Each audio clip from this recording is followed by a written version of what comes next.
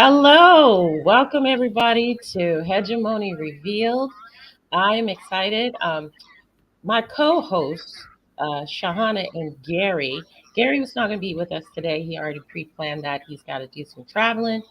But Shahana is just running a little late with some traffic that she is in Mumbai. So she says she's going to jump on as soon as possible.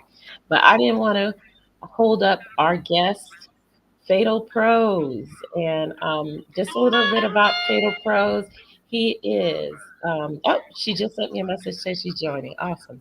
Okay, so Fatal Prose is a spoken word artist and digital content creator from Cleveland, Ohio.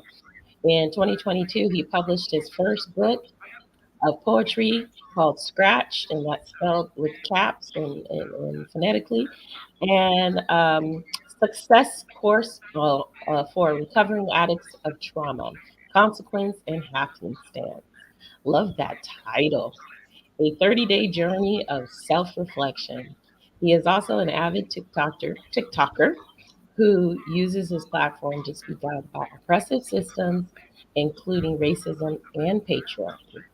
Okay, so he is the perfect guest for us here on Hegemony Revealed because patriarchy is definitely a part uh, of uh, hegemony. So, welcome, Fatal Pros.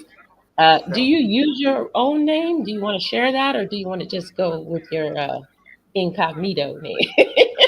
Yeah, I just go with Fatal Pros online, and Okay. it's I've been going by it for 20 years, doing Okay. spoken word, in Ohio, and so yeah, I'm very comfortable with it. Most of my friends that know me call me Pros or call me Fatal. All right. All right. So tell me, let me call you Pros. So, Pros, what started you on this journey um, speaking up against patriarchy? No, absolutely. In my personal life, so I had started doing poetry in college, and I was a resident advisor, and we came across just a lot of different people, right? And so I started hosting open mics, and writing poetry myself, and speed, fast forward a few years, met my wife, and became a Christian, and and everything went downhill from there, because I really internalized what my interpretation of what Christianity meant, where uh, it was essentially telling you that as a man, your responsibility was to be a provider, a protector, and a priest, and you were the head, of the relationship. And oh, and by the way, everyone that is going to go to hell, if they don't accept Jesus Christ, right? And so I actually internalized that literally, and and so I actually, instead of prioritizing my marriage, really focused on what I considered saving souls. So I was the guy who I waited for Jehovah's Witnesses to knock on my door so I could sit on the porch with them all Saturday and debate with them about why they need to accept Jesus Christ my way, because Okay. there's so many different Jesus Christ running around. Um, and I just became a jerk. I became a really stuffy person, and I just kind of ran everything into the ground personally.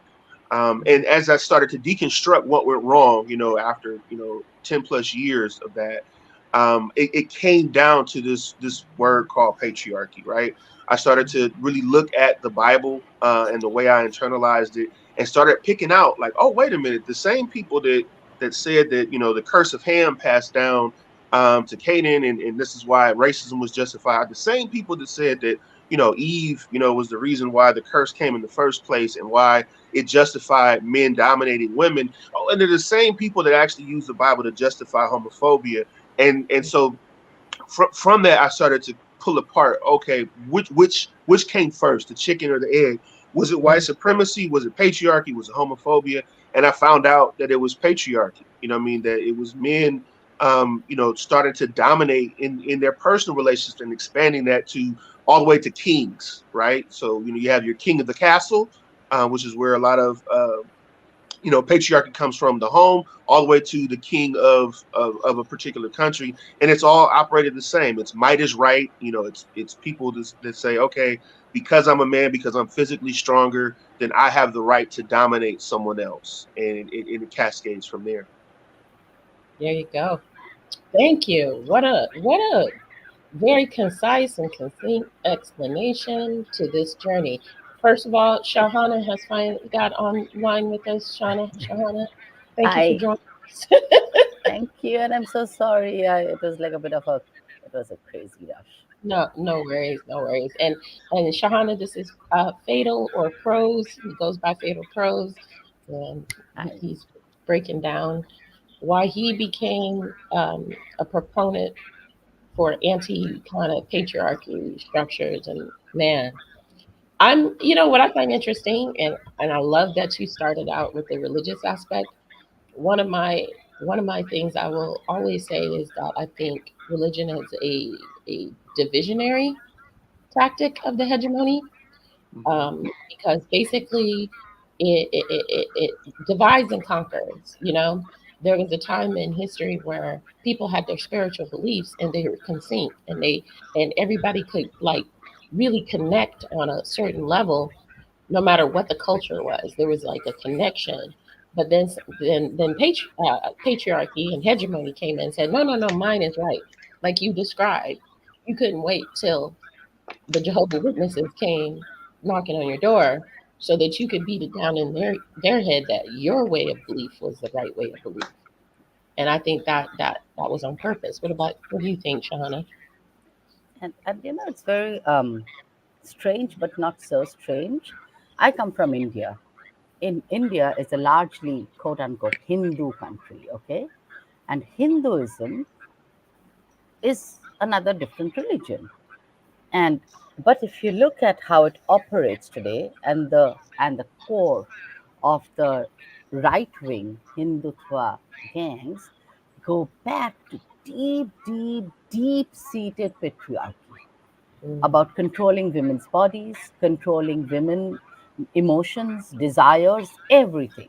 What they wear, how they eat, what they eat, how they should walk, where they should be seen in public, not seen, and it is and obviously scripture, the Hindu scripture is quoted to justify that. right. So it's not. It's almost like there is this common thread running across religions. On one hand, it is dividing one religion from the other. My faith, like you said, is better than yours, and my God is better than yours, and all of that, all of that.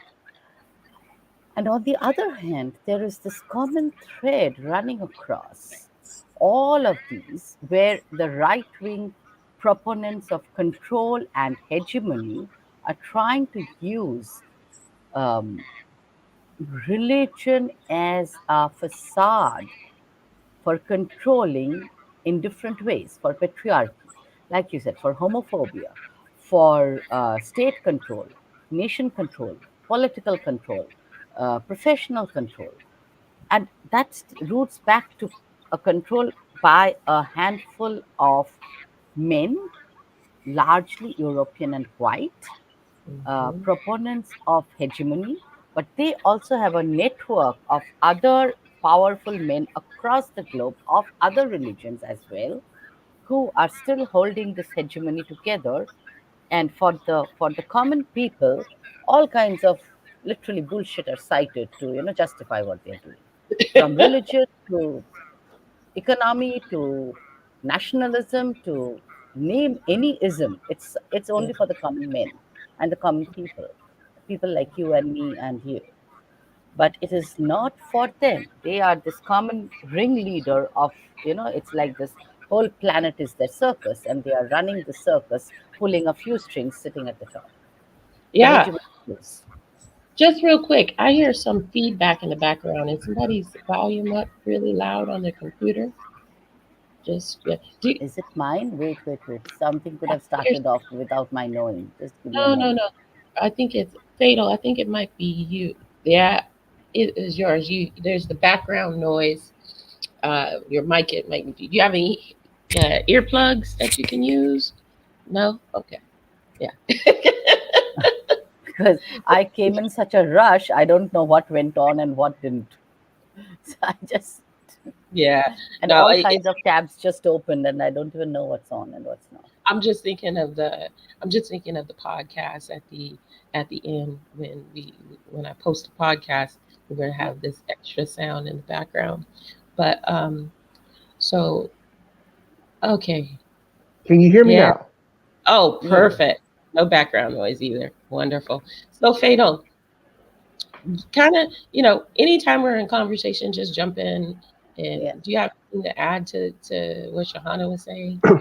No, I think it's really interesting because I've said it before, and I think it's definitely been said by other people. I feel like patriarchy is a religion in itself, right? And I think when I look back and I started to deconstruct my religious experience, I realized that what I was practicing wasn't necessarily Christianity or just Christianity. It was a patriarchal religion because it puts emphasis on all of the patriarchal verses in the Bible and it de-emphasizes some of the actual teachings of Jesus, right? So when you even at different Christian conferences, they'll tell you they lean into the poor will always be among us. They lean into that verse, but they don't necessarily lean into the part where we're supposed to give and love thy neighbor and all of those things. And thy neighbor becomes a very loose thing. You know what I mean? It always, baffled me how we could say that we're Christians where, Jesus actually turned the other cheek, but actually create a whole, war industrial complex Wow. and thrive. We're a Christian nation, but we thrive on imperialism and we have Yeah. bases across the world and Christians that are actually encouraged to go into the service to become professional soldiers. So it's very interesting, and even down to the verse in Ephesians that talks about marriage, where you can hear all the time where it talks about how women should submit to their husbands, but it's rarely preached how men should submit to their wives and as Jesus submitted to the church and give their life for it, right? So people don't necessarily preach from that verse where it's like, oh, you mean in order for my wife to submit to me, I submit to her first and I give my entire life to her. So it becomes very one sided, and very much, kind of cherry picking from the Bible to the extent it gets so bad where you don't even have to read from it. All you have to do is like hold it up in front of a church and people will, kind of give you authenticity. When they ask, what's your favorite, book in the Bible is your verse in the Bible, you don't even have to give it. You just, oh, I'm very religious, very, very much scriptural, but and Yeah. so it's really bad. It's almost a parody of itself. But it's a way that people are stirred up as China said. People, commoners are kind of drawn to this because they go every Sunday and they go every Wednesday, and they're so much focused on only that to the point where they'll abandon their common faculties, their common sense, their common reason, their critical thinking, and just say, "Oh, because this person is a pastor." And even to that, to the point where you can, as long as you call yourself reverend, you don't even have to have a church. Just become a reverend, and it gives authenticity to the name, even though that's not necessarily what you practice. So, I yeah, think when we made the church a building instead of understanding that the church is the people, that was the first step because now it's this inorganic thing, but that can be manipulated into financial gain and all of those things instead of actually being about the needs of the people.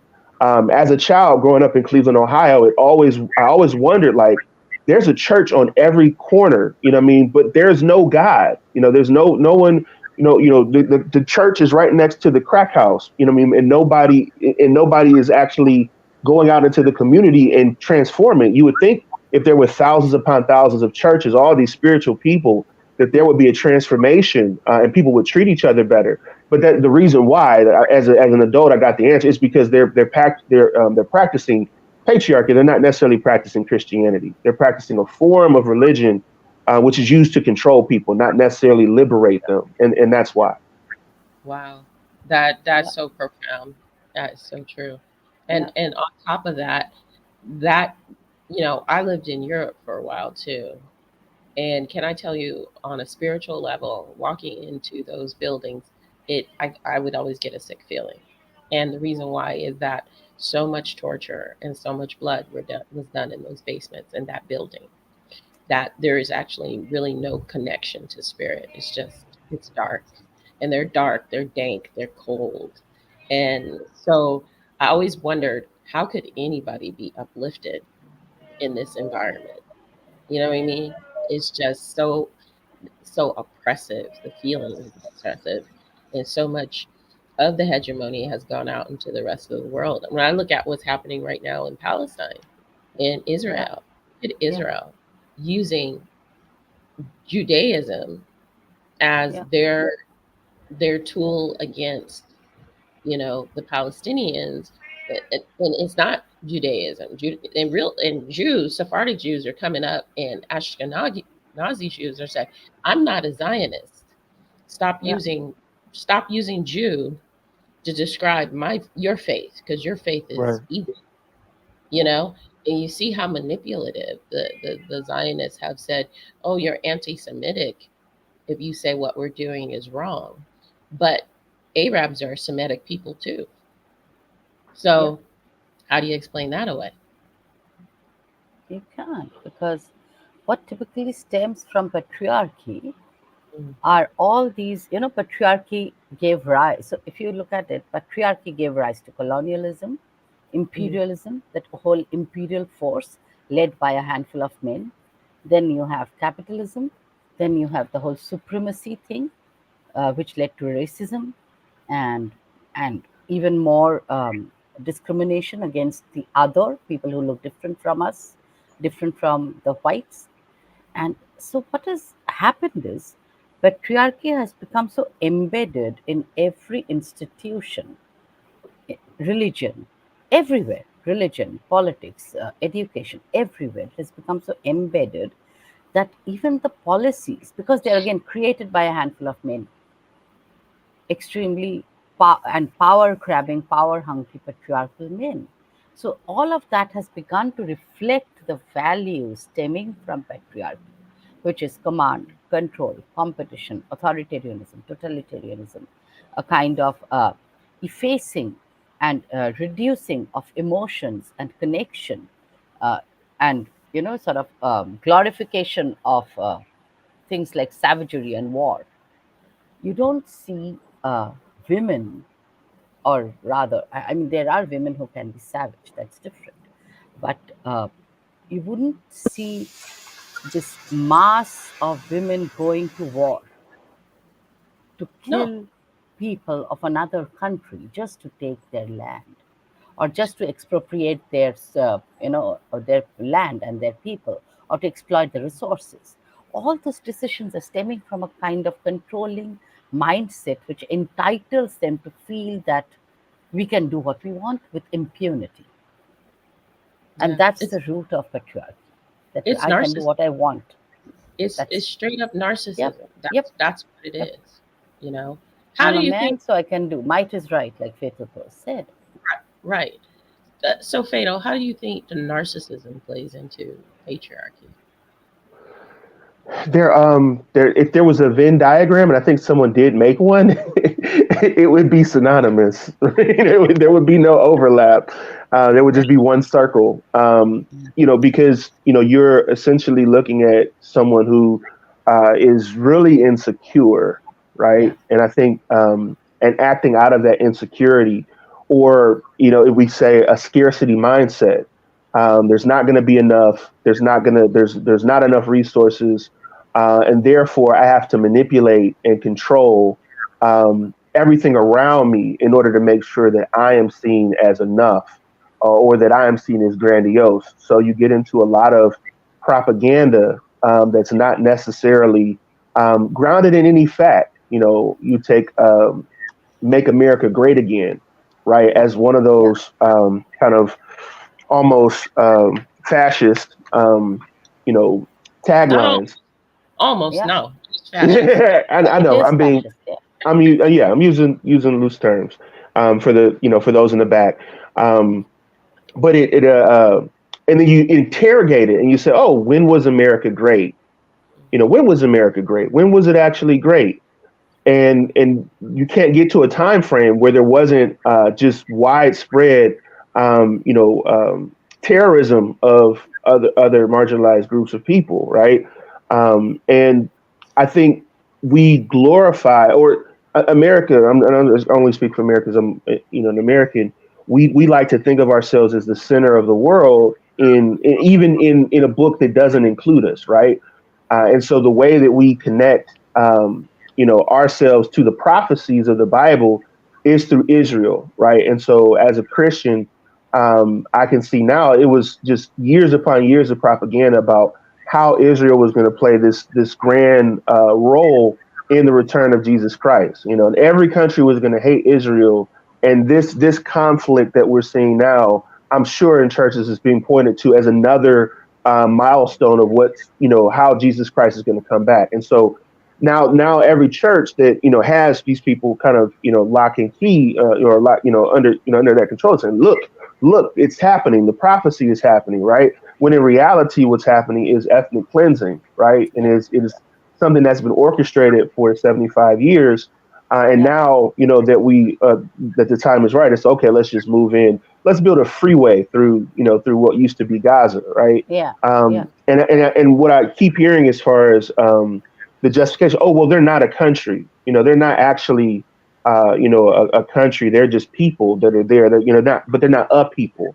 And it's the grossest form of dehumanization. What I mean, to say, oh, because you're not a actual someone that we recognize as a country, that means you don't have rights, and we can just tell you to move and displace you. And it reminds me of like places like Lake Lanier, where it was just like, oh, we want to build a we don't want this town to be here. Let's build a lake. Let's just build. And so the genocide and mass unaliving of people becomes a matter of just convenience. But if you treated those people with dignity in the first place, and if you gave them a space to have resources and to grow and to flourish, then you wouldn't have the atmosphere that would create the so-called terror cells that you utilize to cause that genocide. What I mean? So it's how much of that do we contribute to, when we don't actually treat people humanely. It would be as if, when you look at the riots that happened, after the murder of George Floyd, saying, "Oh, look at all these crazy black people that are burning down cities. Why are they doing it this way?" When year after year after year, we've been, Yeah. kind of plagued with these unjust murders. So, just anyone that's listening, I challenge you to look at the full scope. Not just to look at October 7th as this isolated event, but look at all the things that have happened before it. And I definitely don't want anyone to be unallowed to lose their lives, but this is not a equal playing field. This is the fourth largest military force in the world, unaliving lots of civilians, a lot of children, in the names of trying to get terrorists, and I think it's terrible. But to tie it to patriarchy, I think about the land and the way we treat land, all just Yeah. society in general, right? If you think of Mother Earth as actual Mother Earth, and you say, okay, this is whenever you try to stake a claim on land, you're staking claim to a woman's body, and you're saying Yeah. this belongs to me, because I'm stronger, right? Because I'm the stronger nation, I can take that. When you look at the globe and the amount of people on it, there's land enough for everybody to live in peace and to have enough food and to have enough water. But because someone feels that they have a claim to a woman's body, to Mother Earth, there's all of these wars fought over it, right?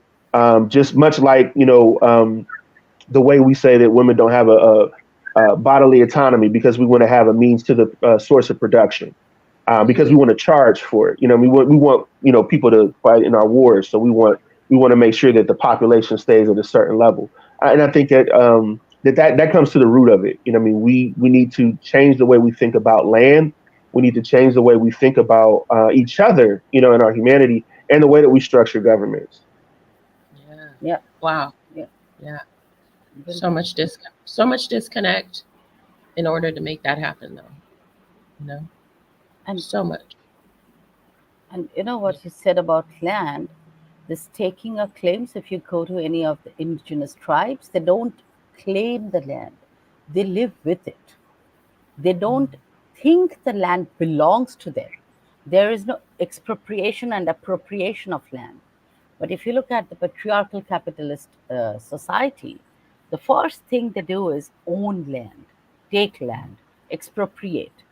Then you extract, then you excavate, then you blow up mountaintops, then you do deep sea trawling, do whatever, like you would ravage and pillage and rape a woman's body. It's the same thing, and that's precisely what is happening. And what you said, Gaza is like this, Palestine is like a microcosm of everything that goes into empire building: genocide, ecocide.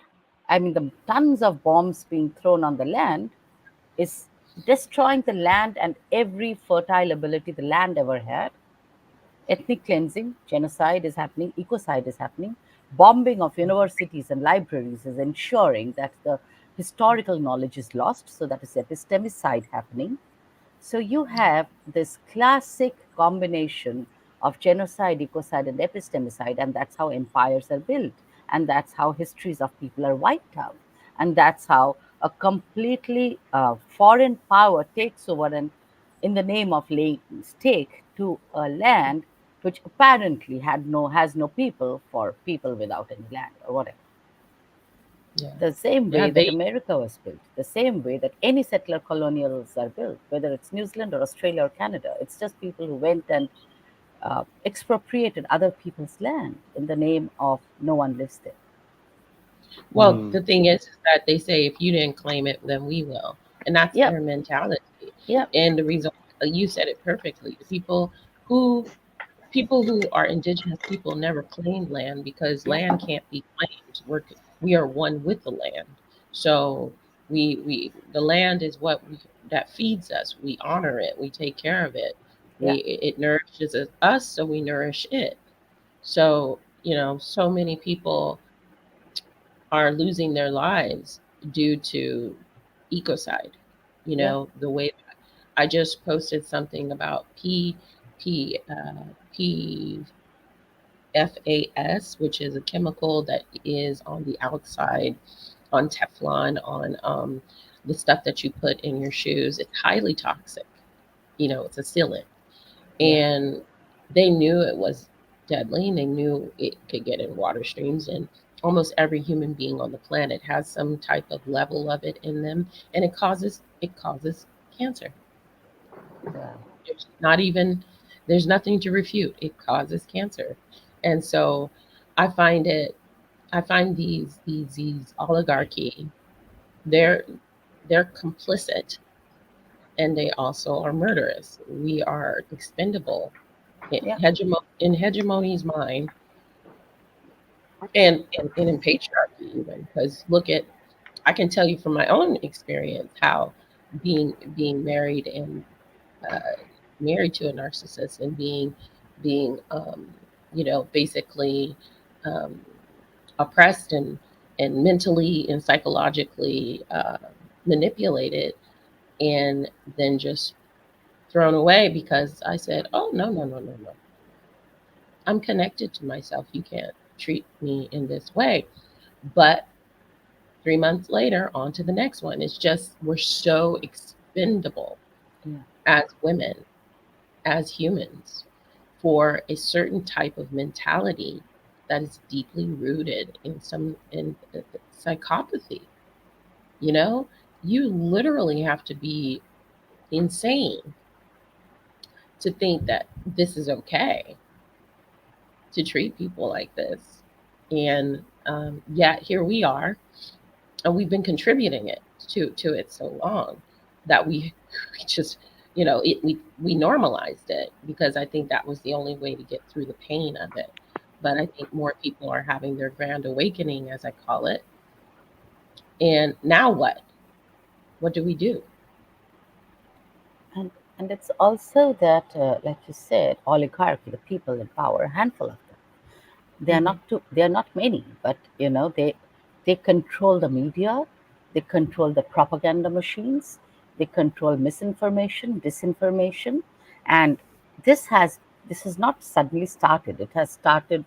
It started like at least 500 years ago, if not more, Hmm.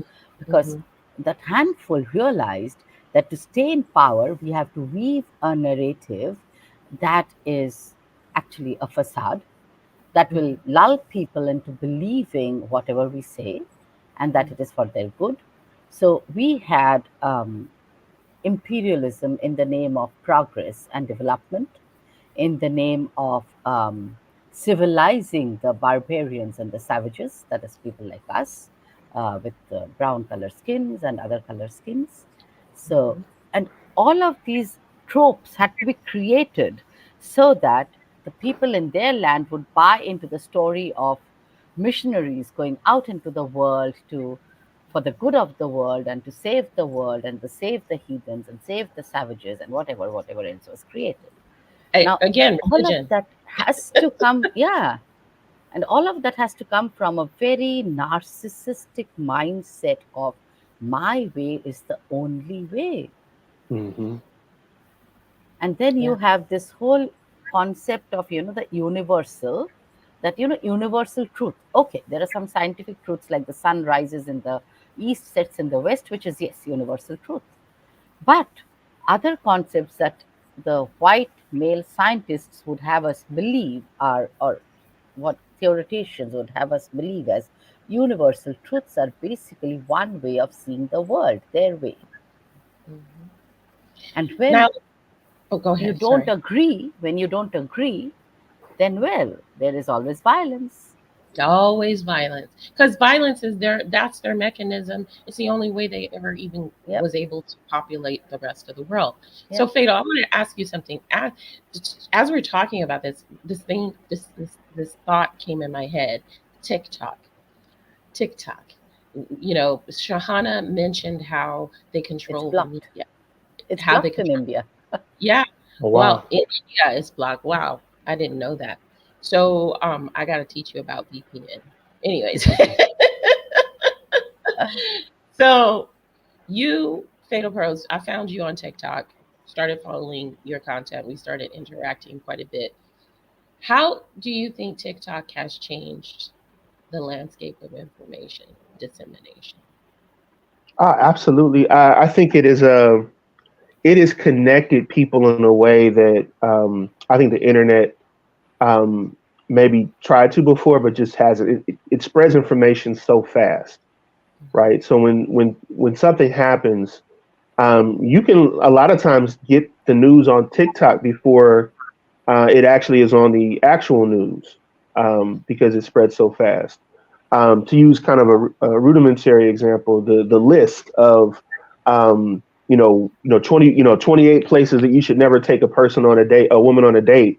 I Mhm. found that on TikTok, and the news found out about it off of social media, and then they kind of copy off of. So now there's entire news segments about newscasters watching TikTok to find out what people are doing.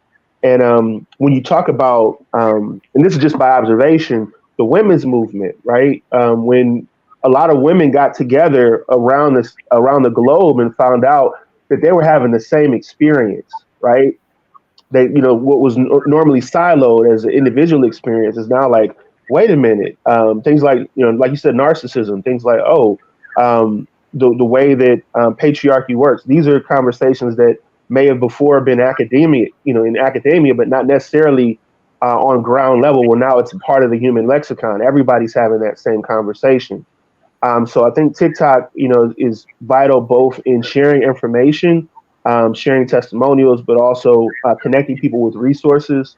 There's numerous history channels that actually, in a time where books are being banned, right? You look at state of Florida, and all these books are being banned. We don't want to talk about critical race theory. TikTok kicks in, and now people are doing broadcasts on everything critical race theory. That's actually how I started to establish my platform is when they started the propaganda reel about critical race theory and being in schools and all this other stuff. I started to broadcast, okay, this is what actual critical race theory is. And so it's a way to also counter propaganda as well. TikTok is broadly pro Palestine, in that struggle. And you see people sharing videos, as they get them from the ground as far as what's actually happening. So you're able to circumvent a lot of kind of the news blackouts, which is I think a reason why, TikTok is, there's been numerous attempts to ban TikTok in the U.S. and it continues, to this day, because it's not healthy for the state, Right. to have that type of communicative freedom. But that is what freedom of speech is. Now, I will say, TikTok also is a business, and it is also very much can be slighted towards very harmful things as well, as far as how community guidelines are enforced, as far as how some content is promoted over other content. So not to put this kind of idealistic gloss on TikTok, because there's those oppressive systems show up on TikTok as well, but it has been effective in many cases to spread information. Yeah, absolutely. There was a, that's why we had native TikTok, we had Black TikTok, because there was a concerted effort by the powers there to basically silence certain creators and give certain creators the likes and the views that they should be garnering. And I was having a conversation with somebody regarding this Israel, Palestine.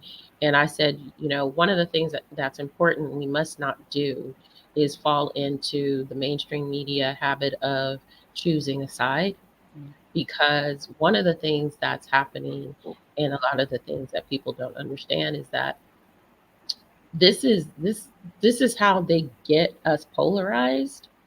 Yeah. I'm most definitely pro Palestine in the sense that nobody should be oppressed. I don't think anybody should be silenced. And the way this is absolutely textbook war crimes and genocide.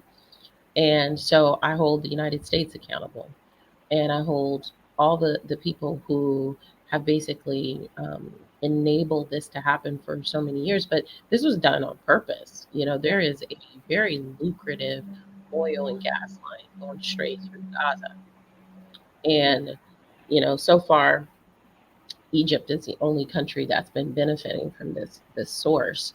And so Israel and the United States are struggling right now globally, mm, to get the oil resources and the pipelines up, because countries are like, no. Nigeria is like, no. Where else? Russia is like, no. They like Hmm. starting a literal war. There's proof that the U.S. even bombed the Russian pipeline to Europe, which impact the people of Europe. And I don't even think the war. Putin doesn't have a war with Europe. This is a proxy war. And Yeah. so we were talking about how we're already in World War III, and it's been going on for a while, because China's the bad guy, Russia's the bad guy, and the US cannot take zero accountability. The UK can't take zero accountability for their behavior in the past. China can't take accountability for their behavior in the past. Did she freeze or did I freeze? Yes. No. I think it's a network or network. Okay, But no, I yeah. understand. No, Yeah. I agree with what she was saying though. As Yeah. far as it being a proxy war, the oil and gas, those points for resources, and being pro Palestinian people does not mean you're pro Hamas, and Yeah. being pro Absolutely. Jewish people doesn't mean you're pro the nation of Israel, right? And when you look at those two things, Hamas and the nation of Israel, you may see a lot of similarities, right? Yeah. And I hope that people can look at the United States the same way, or like, wait a minute, the people of the United States of America doesn't necessarily mean that the United States, the corporation, has Yeah. the best interest of its own people at heart either. Yep. Um, Absolutely. Absolutely. Absolutely. I think, because I think a question was asked as far as like what do we do? I mean, as far as like, I think focusing on building autonomous communities, and first of all, realizing that the narcissism that exists in interpersonal relationships is that same gaslighting that exists on Yeah. a global scale, and working to deconstruct those things, like deconstruct the patriarchy inside you, Yeah, decolonize, yeah, really focus on filtering that stuff out of you, and then filtering that stuff out of the people that are around you, and looking and trying to imagine a new way to live without it. yeah, You know what I mean? I think yeah. that's part of And it. I think what Trina was saying about not being polarized is very important, because I totally believe you can be pro Palestinian people and you can be pro Jewish people, because they are common people struggling to live a life of dignity, honor, resilience, love, community.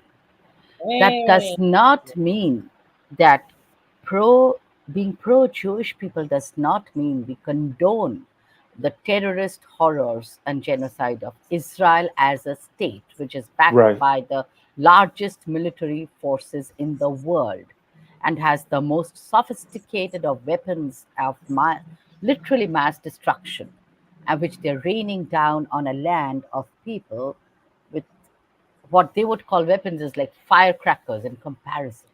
right, Yeah. And Yeah. that does not mean being pro Palestine, does not mean being pro Hamas, which is a which is a terrorist outfit, which is a terrorist group. But there, we also have to trace back the 75 years of history to 1948, to 1967, to the Nakba, to the displacement of peoples from their own land for the collective guilt of Europeans, because Yeah. what happened to the Jews was done by Europeans. Why not give a piece of Europe to the Jews? Why not give a piece of Germany to the Jews? Why would you right, come across the Atlantic, grab someone else's land, like taking some other kid's toy to pacify your own kid? Here, boy, take it. Why would you do that? Yes, if this was a holy land for you, would you desecrate the land, or would you actually, you know, would you hold this land in honor and respect, and maybe come on a visit to see the people who live there now, with Yes. with with the with the humility of building that relationship of this land is our land and your land. Can it be our collective land to honor, to respect, to love, to hold sacred? You wouldn't desecrate it with phosphorus bombs. You would not commit ecocide on the land you call whatever your homeland. And what kind of a homeland will you build on the mass graves of babies? I don't get it. Can you guys hear me? Because Yes. yes. the hegemony got pissed about what I was saying and decided to my internet off for a couple of minutes. I was like, "What's going on?" But they're listening. Hi. So, anyways, I missed part of what you're saying, but absolutely, um, I think I think what we have to realize, it always comes down to dollars and cents, and and I just got some information that totally made sense to me. One of the DRC is being genocide, like most of Africa, Yeah. for hundreds of years, but the Congo in particularly for the coltan. But also, one of the biggest diamond traders in the world is a billionaire in Israel. Yeah. So, Mm, what I mean? These are paid terrorist militias, and I will say shame on African men for taking these bribes to kill Yeah. and rape your own people for European and Western interests. When you are so full of wealth and abundance, and you could be helping your own people, and you choose murder, it's just heart wrenching what's happened. But it also will say, on a psychological level, it's due to, hundreds of years of Yeah. brutality and suffering, that people can lose their humanity, lose their connection to self. So, Fatal, if you had anything that you could say to the young men out there, talking a lot of stuff that I've seen in the TikTok streets about women and about our roles and stuff like that. What would you say to them? Sure. Much like it's important to kind of have your wits about you if you're ever pulled over by the police, right? Mm, And that is a talk that we need to have with young men, and you need to have the wrap it up conversation to protect yourself from any type of disease or whatnot. We need to have that same conversation about male entitlement.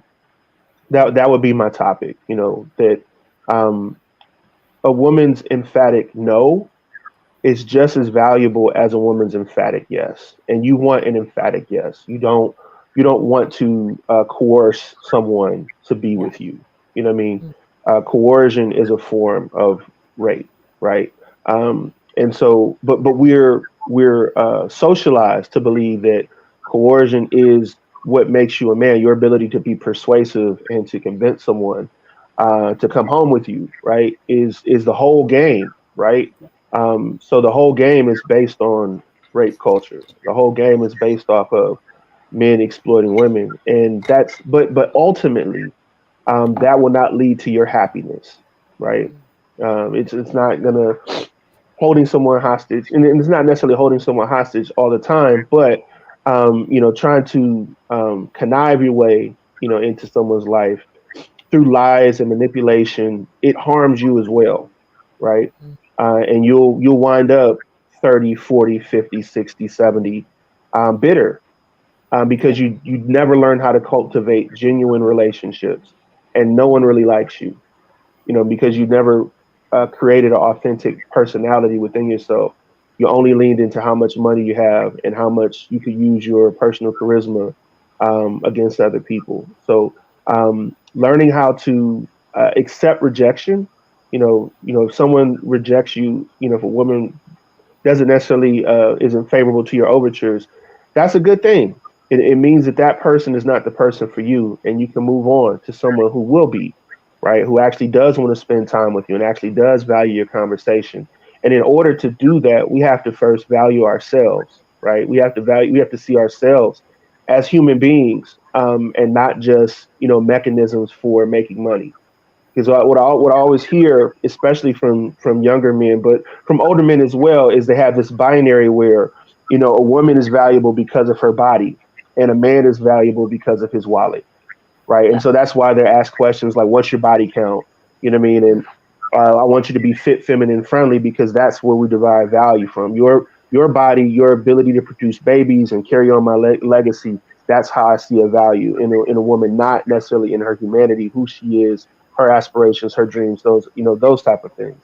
And then I start to see my value as just my ability to provide and my ability to protect. However, when you interrogate that, right, it's not actually protection that can be valuable, because you're only talking about protecting what you see as property to you.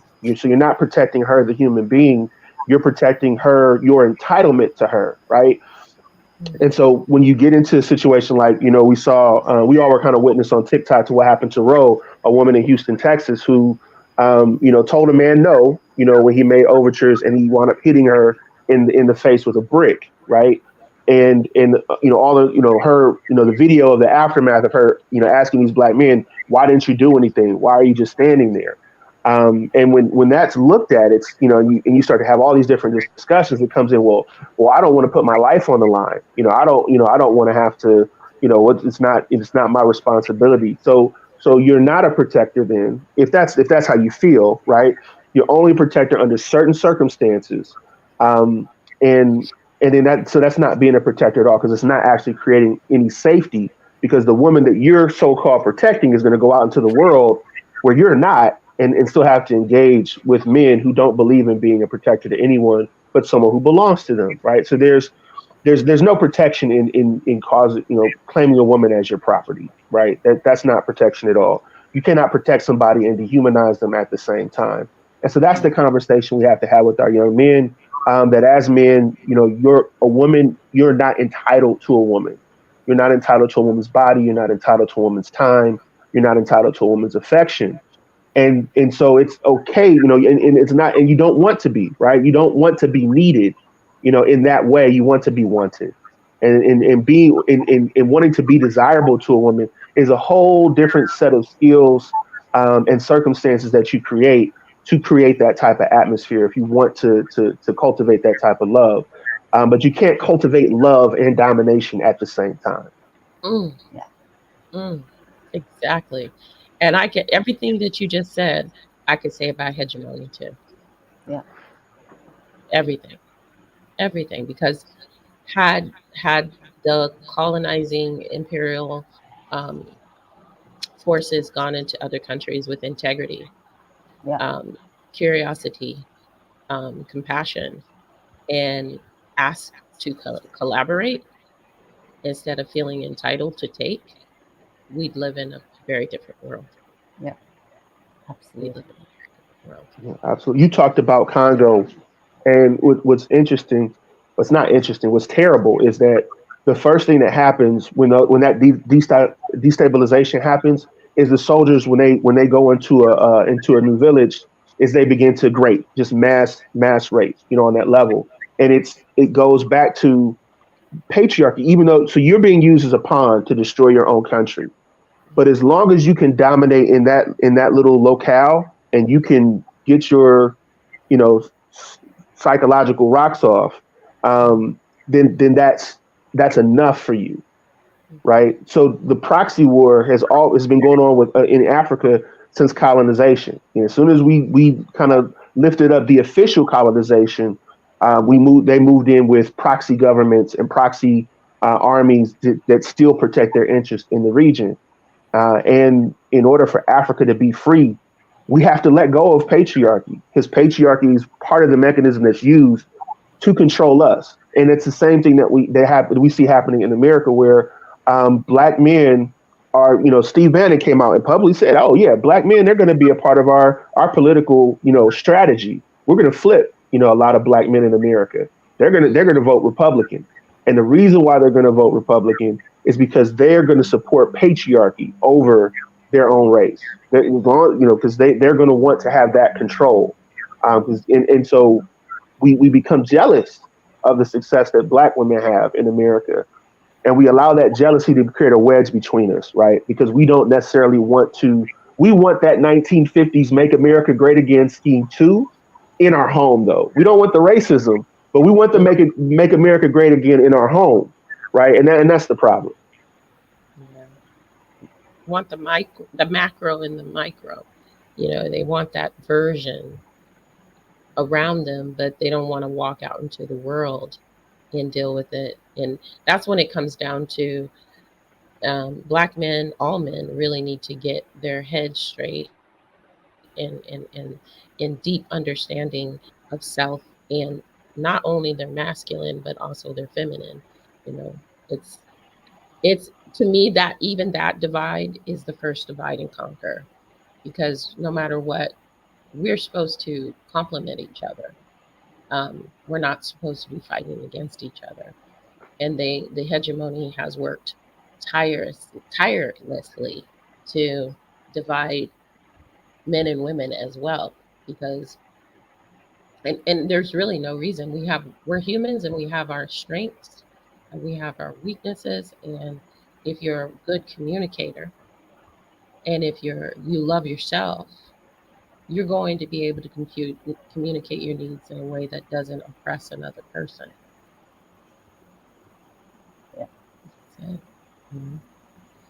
Absolutely. Mhm. Yeah. Mhm. So we got just a few more minutes left here before we have to jump off. Any closing thoughts or words about this conversation? It's been such a great conversation. Thank you, Favor Pearls. Thank you. Can I read you all something? Sure, I would Yeah. love. Yeah. I appreciate it. This is this is Portrait of a Man, and I think, one of the things that, just is, if you wanted to start somewhere, right, as a man, and start to deconstruct patriarchy, I think you would start here, right? First, you must decide to draw a man, not a male or a boy. Those are just sketches, but a man, filled in and flushed out, full of maturity and depth and a substance that can only come with dedication to the lines that define him. Then you must answer the question, what makes a man a man? How do you distinguish a man from the clamor that surrounds him? His job, his hobbies, his home life, his politics, his religion, his sexuality. How do you capture the man himself and who he is without these sacred objects somewhere blending in from the background? Is that even possible? Is not a man simply what he does, where he stands, and who he will die for? Is not a man why he lives, when he loves, and when he fights, and how he chooses to spend his time? And is manhood the means or the end of a man? How do you even picture what manhood should be like if you have never seen a man portrayed outside the canvas of a male dominated society? Is the measure of a man the length of his reach? How many shiny things he can gather and hold hostage in his arms? Is the worth of a man in the strength of his jaw? How many times he can take a punch, push through the pain, and remain conscious enough to level a blow against his opponent? Is the beauty of a man found in how he wears the weight on his shoulders, like it's a style, like it's culture from Fate's fall collection that he is modeling for the children watching him? Is it how he rests in the shade of his skin, lets the world's prejudice turn to dry precipitation in the gray skies he will never allow to eclipse his dreams? Is it the sun that rises in his chest each morning? Is it the light that shines in his eyes even while he sleeps? Is it the way he shapes the air as he breathes into this invisible life? Is it the discretion in his lips hiding the secrets left stranded on the island of his tongue? Is it the pride in his stomach or the integrity of his spine that prevents his posture from submitting to time? What makes a man a man? Is it his method? Is it his mannerisms? Is it his discipline? Is it his consistency? The question must be answered. The decision must be made. And lastly, an awareness must be apprehended. The man you must decide, the man you must decide to draw is yourself. To draw yourself, you must know yourself. To know yourself, you must ask yourself the question like, what type of man will you decide to make of yourself? And will you continue to refine the likeness of his image? For the pencil is still in your hand. Even now, the pencil is still in your hand. We have to make the decision of who we will be, and what we're willing to live for, and what we're willing to die for. Wow. I need to do that spoken word snap on that. That was beautiful. Thank you. Beautiful. Thank you for Good, sharing thanks. that. Wow, what a lovely way to end our conversation. What a Oh my goodness. My and goodness.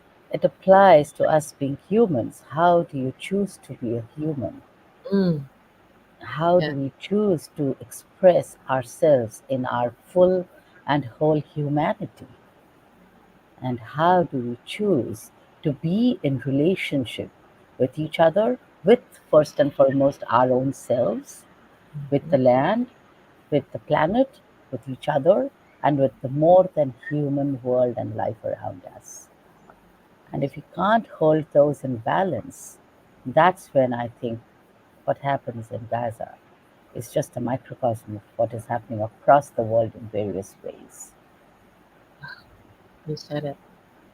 Thank you guys. This was a very special Hegemony Revealed.